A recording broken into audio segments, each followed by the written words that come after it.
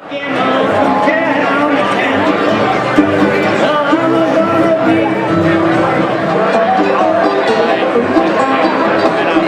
fact, on the way here, I realized my shirt was on backwards, and it's a little bit embarrassing, but I'm not changing until I get the white horse.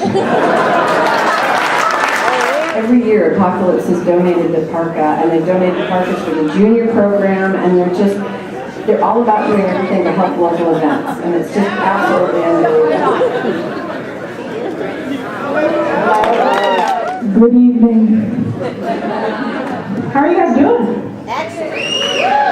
So it's not 50 below right now. How do we feel about that?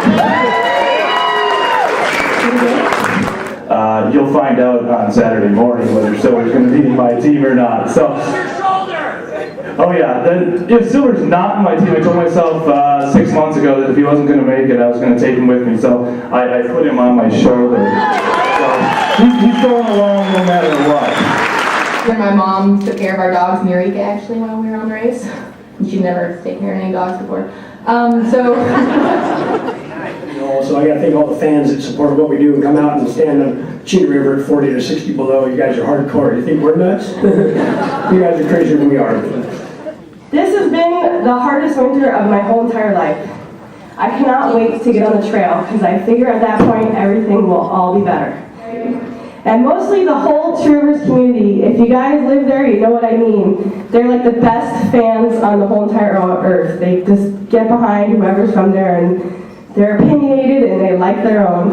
I'd like to mention, after you've been doing this long enough, I'm kind of on a second generation of handlers. Some of my original handlers from the Quest, their kids are doing it for me now, so thank you. Two Rivers. It's been said already, but Two Rivers is an incredible community to live in as a musher, and I really appreciate my friends that are there. Wow, thanks. I thought I'd have to race in this race to get up here. Hey, That's next. next year. No, I'll do this for a while.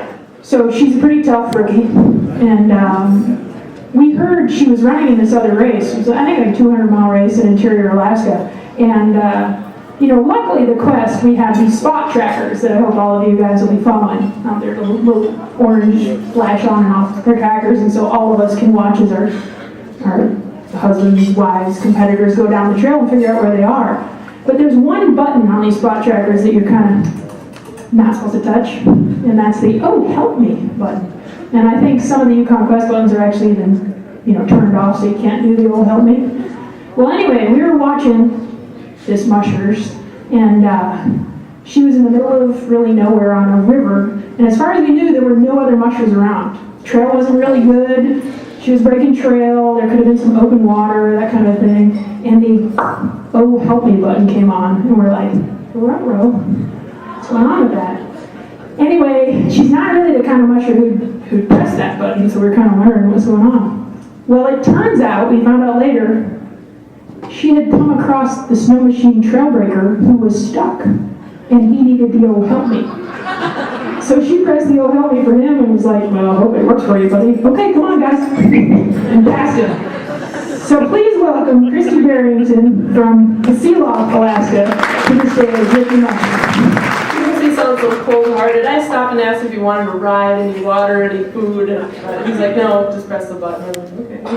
So there he sat out on the trail, but it wasn't long after John Shadowmar came and gave him a ride back to the checkpoint. So it was a fun race. Only one. Lucky number? 19. Lucky number 19. Anyway, I love Quest. Yeah!